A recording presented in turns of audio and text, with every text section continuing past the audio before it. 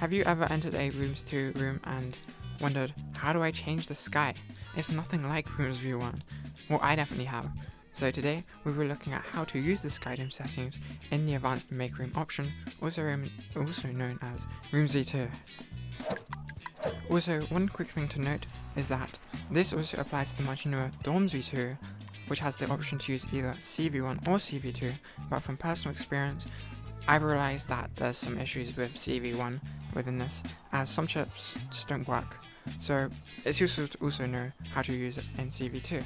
For the sake of this tutorial, I'm going to assume you know the basics of SkyDome settings already, such as that in Rooms View 1, as you're looking at a Rooms View 2 tutorial, which is, more advanced than Rooms 1.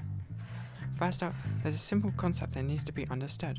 Unlike CV1 that uses a single chip to control SkyDome settings, CV2 splits this into two. This is where there's one chip that sets the SkyDome when executed a modifier chip, and the other that tells the modifier what it should look like, a constant.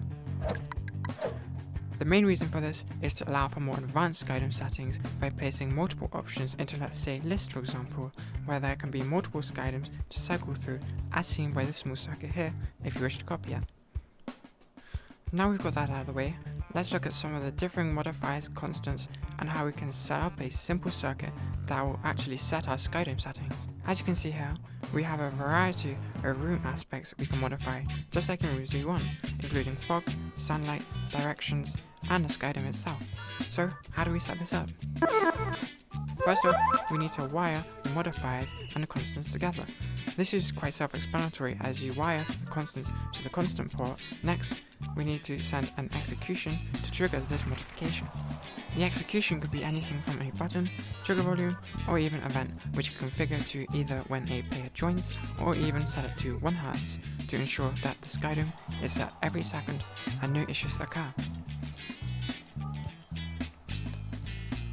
After the first modification execution, we should wire the execution outputs to each of the modifiers on the next chip along, creating a chain where all your settings are set when the original execution is sent. That's about it for the basics of Rooms View 2 and Dorms View 2 SkyDomes. I hope you learned something from this. Thank you for watching. Bye!